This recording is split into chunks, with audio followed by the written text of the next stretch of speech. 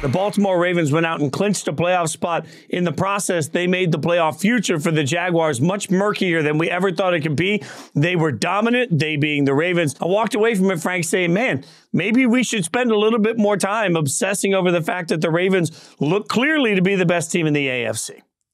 I mean, this Ravens team has it all, and I think that they're a very good team that has greatness possible because of Lamar Jackson. I mean, it was one of those games that you needed to watch. If you watch that game, you're like, that was a Lamar Jackson game. He took over that game. He took the Ravens on his shoulders with key plays over and over. The Isaiah Likely throw is just unbelievable. I mean, that was his quote-unquote MVP moment, if there is one, if there is such thing in the NFL. It's just a team that, look, they're going to miss Mark Andrews, probably going to unfortunately miss Keaton Mitchell the rest of the way. That was an ugly-looking knee injury. But as long as they got Jackson and that defense, they have a shot. The defense is really, really, really good.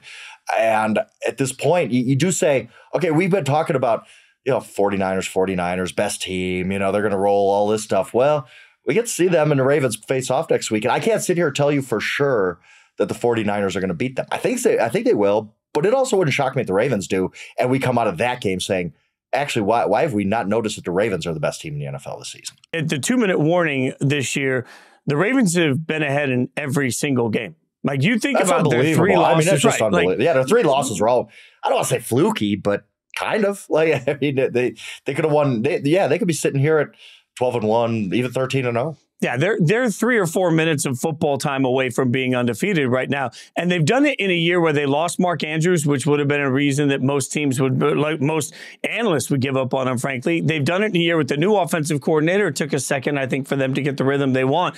And now it just feels like a combination of the fact that guys have really gotten comfortable with this offense and knowing how to get open. And to your point, like the number of times it felt like Lamar must have rolled around in Vaseline because they just couldn't bring him down. And then he rolls around, flicks the ball downfield, and all of a sudden you remember why he's been an MVP and why he has that contract. Yeah, and I mean, on the play I talked about with Isaiah Likely, that great play where Likely made a great catch too. But Dwayne Smoot had him twice, basically. And his reaction after the play was so funny of just kind of like, what do I need to do? What else can I do? Because probably 31 other quarterbacks he's bringing down. And Lamar just keeps escaping until he can make a play. And I think it's just all clicking for them right now. And they just look like a team. Look, they got 2 tough games. After the 49ers, they play the Miami Dolphins. We'll know after that who the number 1 seed in the AFC is. But if it's the Ravens, they're sitting there 2 home games away from a Super Bowl. You got to like their chances just because of the way John Harbaugh's a great coach. Lamar Jackson might be the MVP of the league. This defense is stellar. They have all the pieces you really want to make a deep run.